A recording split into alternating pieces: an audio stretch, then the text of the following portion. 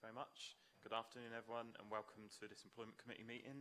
I'm Councillor Cal Corkery, Chair of this committee again after a short enforced absence. I'd like to draw everyone's attention to the following. As per usual, a few housekeeping bits.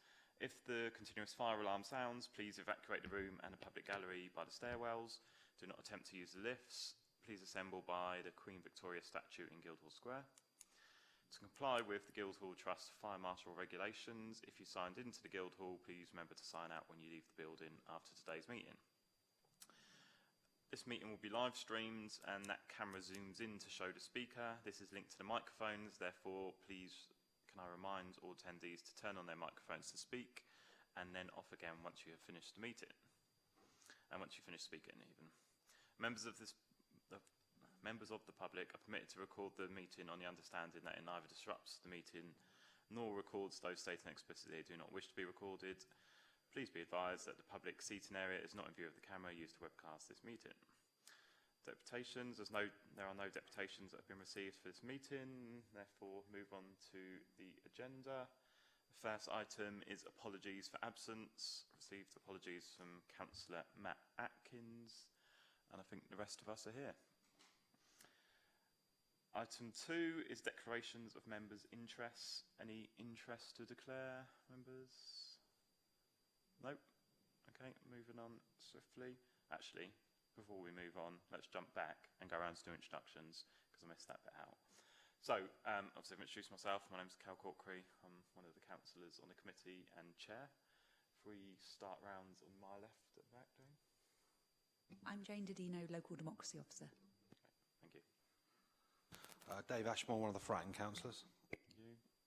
Gerald Owen Jackson, one of the Milton councillors. Thank you. Simon.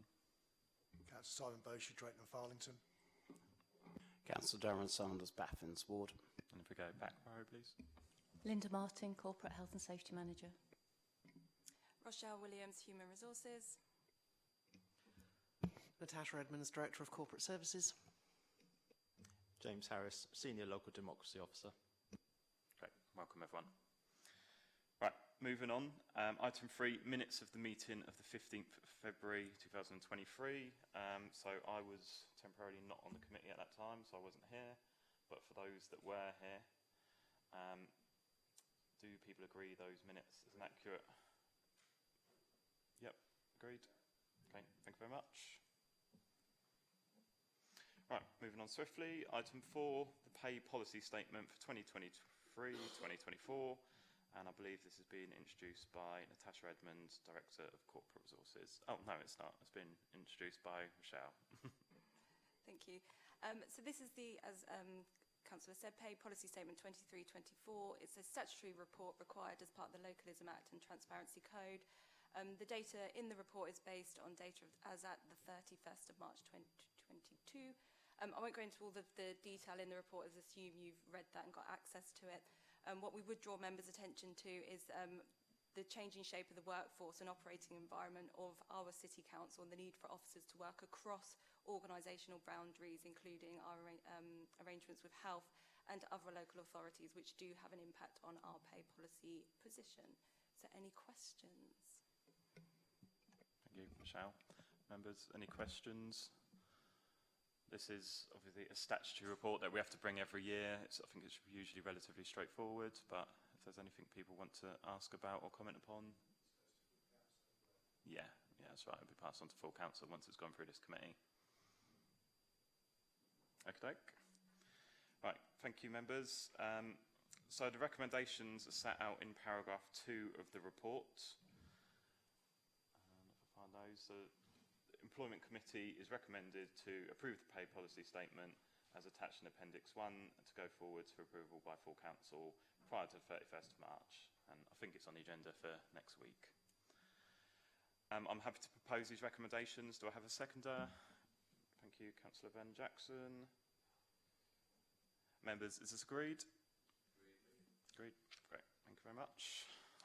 Moving on to item 5. It's a gender pay gap report for 2022-23. And who is introducing this? Rochelle as well. Thank you. Yeah, thank you. So this is the Gender Pay Gap report for 22-23. Again, it's a statutory report and the format is largely provided to us to enable the government to analyse the results. However, members have previously requested an additional breakdown in relation to the statutory information by age, and that's outlined in Appendix 1. Just as a reminder, the gender pay gap is a measure of labour market or workplace disadvantage expressed in the terms of comparison between male and female's average hourly rate. It should be noted that our workforce is predominantly female, so 70-30 split, and the data can be perceived as skewed as women dominate each age bracket of our data. Although women are more likely to work part-time, we have seen a decrease in women working part-time from the last time we reported this to you by 406. This could be a result of the more flexible and hybrid ways of working that have been enabled as a result of the pandemic and the technology that we've been able to implement as a result. The Council is confident that its gender pay gap does not stem from paying male and female employees differently for the same or equivalent work, rather as a result of the roles in which male and females work within the Council and the salaries that these roles attract. This is reflected across the UK economy, where we still find that males are more likely to hold senior positions, and that's the basis of our action plan. And again, happy to take any questions. Thank you, Michelle. Members, any questions or comments on this report? I've got one question, just out of interest, something I picked up. The table on, I think, the third page of the report talks about differences in bonus pay, but the pay policy statement says that we don't pay bonuses. Could you just explain that, please? Yes, we can. So the criteria for pay policy statement versus gender pay gap report are different.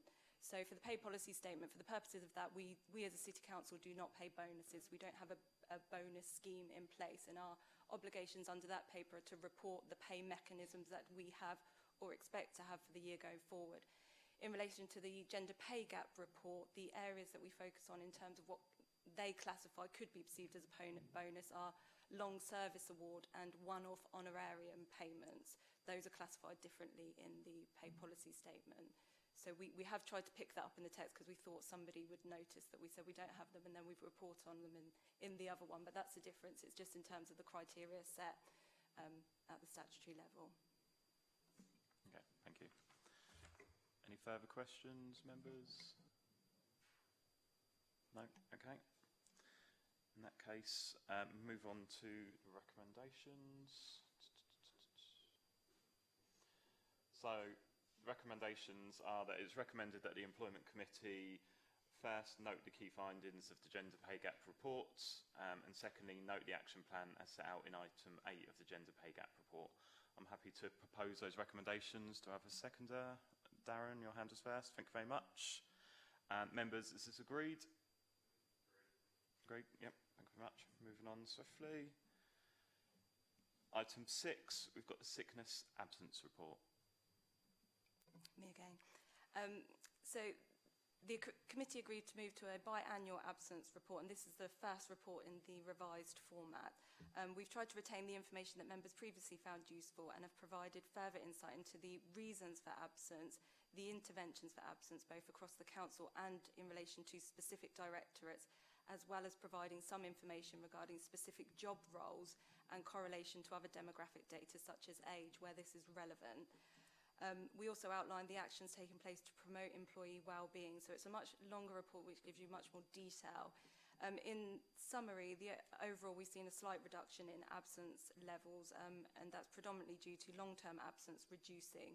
We have seen an increase in some of the short-term absence, and when we look at the reasons for that absence, it very much correlates with what's happening in the wider population, and public health are kind of on board. We're seeing the viruses, coughs, cold, flus, those sorts of things.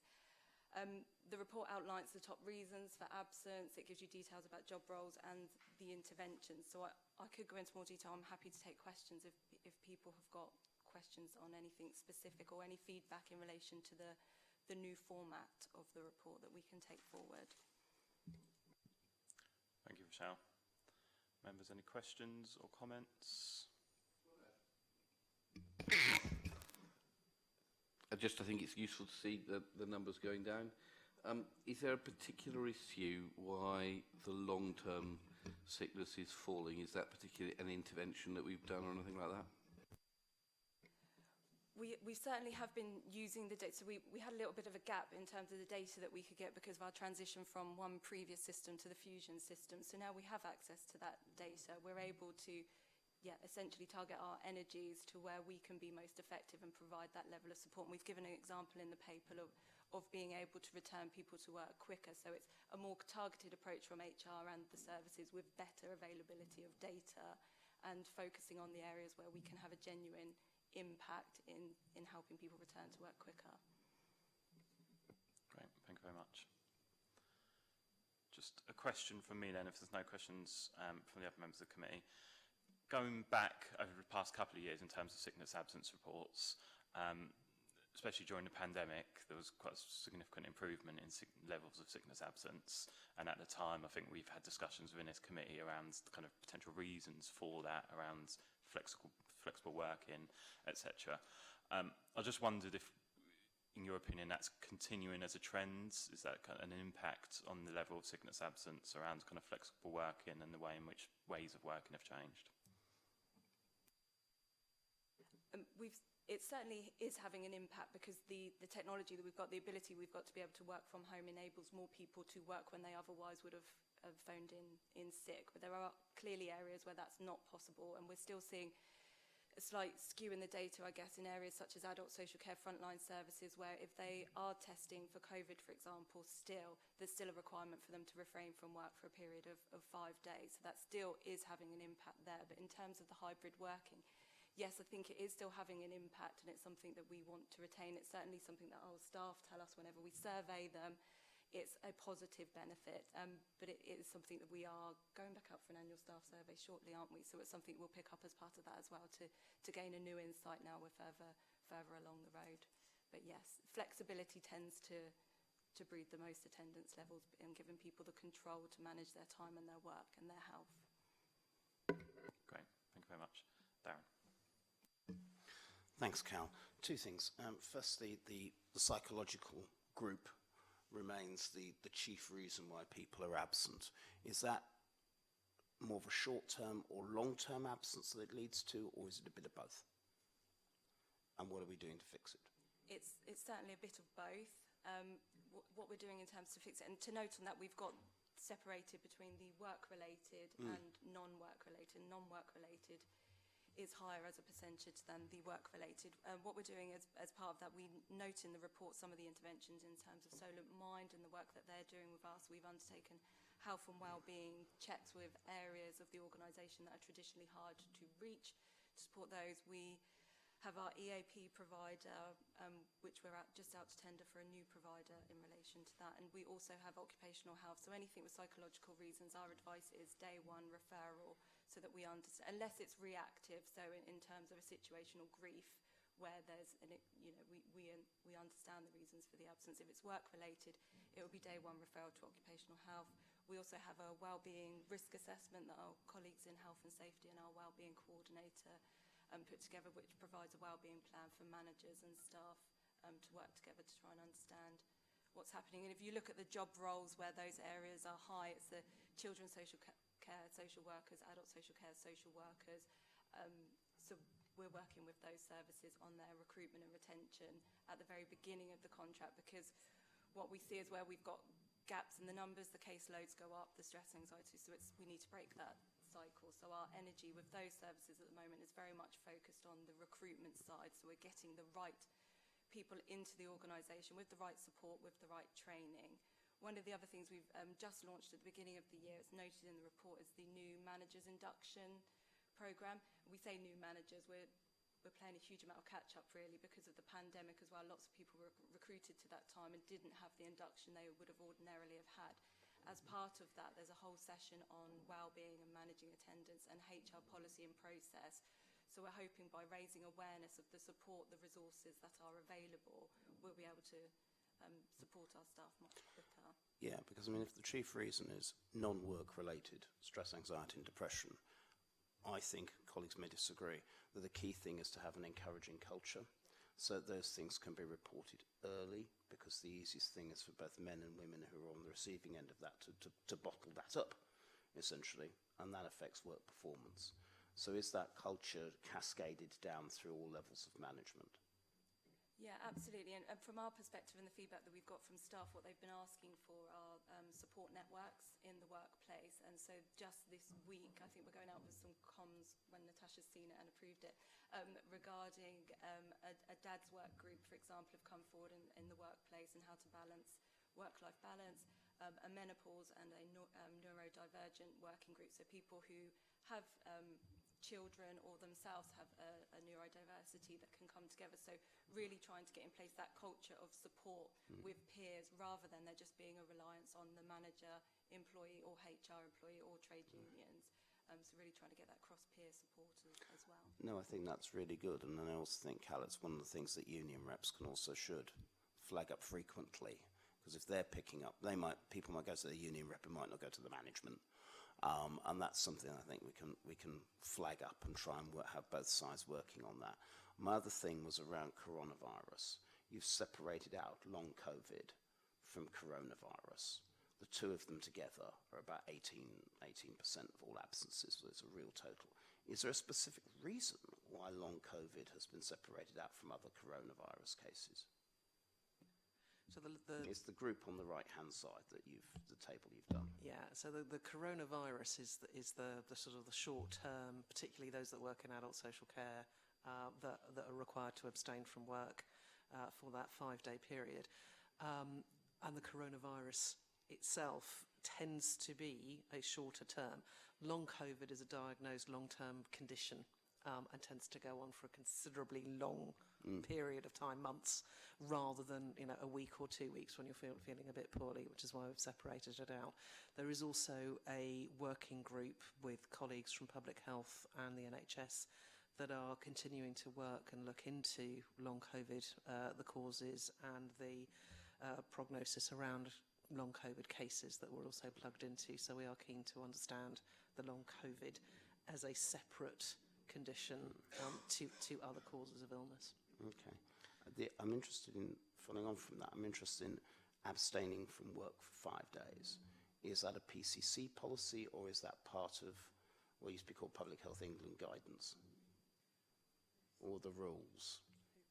Yeah, no, it's a local policy that we've implemented in our care settings where staff are working with people who during the pandemic would have been classed as vulnerable. So our residential care over 75. Okay, so in other words, if somebody's in a care home, they don't go into a care home for 5 days. It's that sort of thing rather than the more desk-based approach, whereby for some people they need absolutely. to be able to It doesn't apply to desk-based roles. It's only to those roles where staff are working with people who are vulnerable. Okay, thank you for that. That's very helpful. Thanks for that, Cal. The other thing I thought might be worthwhile adding is the focus on the new managers induction is also about making sure that our management population, not just from a recruitment point of view, but people who are newly promoted are imbued in that supportive culture. But it's also incumbent on us as senior managers to be role modelling how we approach absence. And your point about the unions, we do meet regularly with the unions, and in fact some of the menopause activities have come about as a result of the unions raising and flagging it with us, as well as being a woman of a certain age, of course, so it's dear to my heart. So role modelling in action. I will accept that it is down to the unions. Right. Thank you very much. Any further comments or questions, members? No. Okay. Another positive report. Thank you. Good to see the trends continuing to increase or improve. I guess we're never going to ever reach zero sickness absence, and probably you wouldn't want that anyway, because you want people to feel able to take that time off if and when they need it, if they're not fit enough to work. So thank you very much. Okay, moving on to the recommendations. We've got 3 recommendations, the first of which is to note the change in absence levels across the organisation. Secondly, to note the levels and causes of sickness absence across the council and by directorate. And thirdly, to note the activities and interventions undertaken to support attendance. I'm happy to propose those recommendations. Do I have a seconder? Simon, thank you very much. Members, is that all agreed? Moving on. Item 7, health and safety training deep dive. And I think this is off the back of a previous discussion at Employment Query where we'd asked for a bit more information about some figures that we were curious about. So, Linda, can I ask you to introduce this report, please? Thank you, Chair. The committee receives this report further to the request to ascertain why there was a significant reduction in health and safety training completion rates. As a result of this review and rerunning the data, it was found the reason for the reduction is a result of an anomaly in the information presented. The year-on-year figures were not comparable. The reports have been rerun and presented within the papers that you received today. They show that staff have completed training as per the cyclical requirement for refresher training. The committee also asked about online training compared to face-to-face training. Face-to-face training is delivered when a practical element is required, such as manual handling training for people or loads. Online training has been successfully adopted for other health and safety courses. Going forward, the new proposed learning management system and risk profiling that we're undertaking will enable us to target training more appropriately and report on it accordingly.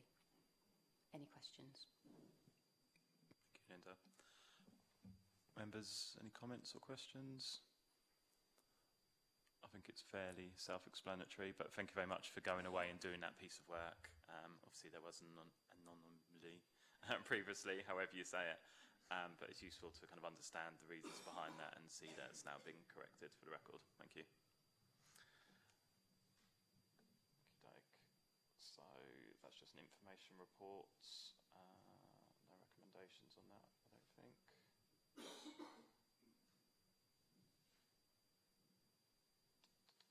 No. Okay, yeah, so this information is just for noting. Moving on. Item number 8, we've got a report from the Member Training Working Group, and I think we've got James Harris making a special appearance here to report back. Thank you, Chair. Not sure I call it a special appearance, but we'll see how I perform. So thank you, Chair. The report before the committee is an information report for noting and is following the work undertaken by the Member Training Working Group. For newly elected members, the group supported an induction evening from 6 p.m. on the Monday following the elections. This year, that Monday is a bank holiday, so it will be held on the Tuesday.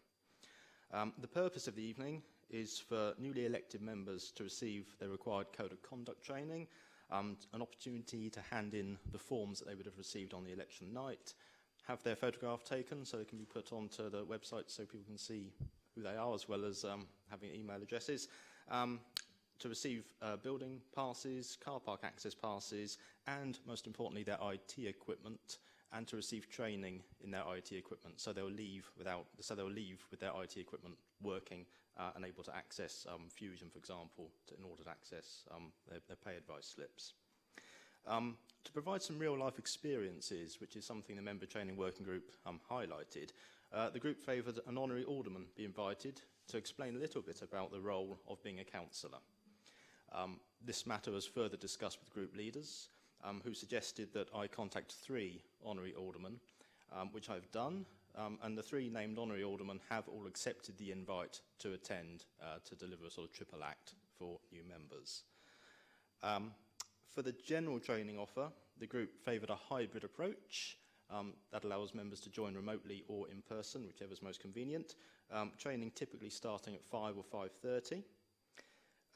Training itself has been classed into a few different sections of compulsory, recommended and optional, as detailed within the report.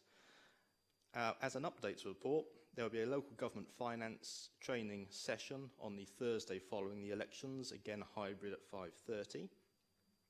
And also training on spotting the signs of modern slavery, an invite to which existing members was sent today, but that date, along with the date of the induction evening and the finance training, will be given to election agents to pass on to candidates so that they get the date in the diary as soon as possible, should they be returned. Finally, it should be noted that Culture and Leisure Directorate provide a pack for new members, and that will continue. And also there will be a health and safety module as well offered to councillors to attend. That's all I have by way of introduction, Chair. Great. Thank you very much, James. Members, any comments, questions? Darren, we'll go to you as you were on the working group, I believe, and then we'll move over to Simon. So I was happy for Simon to go first. But anyway, yeah, so just a bit of the logic behind what is going on, and I'm pretty sure the four of us thought the same thing. The idea was, one of the problems we faced is that some councils, particularly new councils, found it very difficult to get up and running quickly enough. So there have been some delays, particularly with access to computers, access to the IT systems, access to Outlook. And that seems wrong because the democratic role starts pretty much on day one. Hence the need to have a pretty comprehensive session pretty early on, which includes things like photographs and all that sort of stuff. The idea of the honorary aldermen and women coming in came particularly from Councillor Madgwick, because again the idea was to get someone who wasn't a member of a current group but who would be respected by various people to come in and actually just explain the situation and offer a bit more realism and a bit more honesty than maybe done elsewhere. We put the training in 3 separate stages, again because of the nature of the roles that new councillors face pretty much from day one. So issues such as, how does the council actually work? Safeguarding, diversity, anti-discrimination, modern slavery, are things that need to be done pretty much from day one because the pressure will come from day one. We wanted also to try and improve the overall quality of the training that was occurred. I think each of us had different levels of experience with regards to different committee training, and so that was crucial. And also to get the role of scrutiny in very, very early, because that is a key part of the authority, and once it's back up and running fully, then life will become a little bit easier. And from then on in, it becomes more optional. But the principles were to try and get new councils' democratic duties up and running as fast as possible, and also to try and make sure they understand the organisation as quickly as possible. One particular thing that people from all groups had noted was that particularly with several new councils, some of them found it quite difficult to have the proper interactions with officers, and so that's why a key thing is around the member officer protocol, so people's understandable desire to get everything immediately is tempered with the issues that face the public sector and local government. I think I've got that right, James. If I haven't, it's okay, you can shake your head as well, I don't mind. Then that's fine, but I think there was great consensus amongst the four of us actually around what to do and the principles behind it. So I thought I'd just elucidate the principles behind it to colleagues. Great. Thank you very much, Dan. Simon? Thank you, Chair. Darren, when you find out how the council works, could you let me know? I think that's 6 o'clock on the Tuesday after the elections. Right. I've got a couple of comments and perhaps a couple of questions as well. Perhaps I'm being a little bit light-hearted, but do you really think that 35 minutes is about the right time for 3 ex-councillors to talk about their experiences? Without pushing you off? Yes. Is that why you pitched it and it's cut off there? I'd say from my perspective, it's about time too, I think, because it's never really been structured. I think the last time there was a sort of structure was probably about 10 or 15 years ago, where we all used to meet in the Lord Mayor's banqueting suite to all do the oath together like some sort of collective, and then sign the book and get our photographs taken, and that was about it. But the interesting thing that you made a comment about there, Darren, was officer member protocol and the interaction. I think whatever information that comes out of that will be useful to go council-wide, not just to new members, because certainly since coronavirus and the pandemic, there's been a bit of a churn in officers and points of contact, and of course a lot of it has moved to emails and stuff like that. And certainly from my perspective, an understanding of points of contact for various issues would be very useful, again, from a council-wide perspective. Because certainly I tend to find that if you're not quite sure where it goes, you default to the director or the senior manager and rely on them to push it in the appropriate direction. Certainly if you're in opposition, so you don't have that day-to-day interaction with that sort of staff. So certainly looking at it from the point of view of new members, but I'd perhaps request that we keep half an eye on it and say, would this be relevant for something that could be pushed out from a council-wide point of view? Because that would certainly improve the efficiency of communication in a lot of instances, I think, and I think that would be a very useful place to be.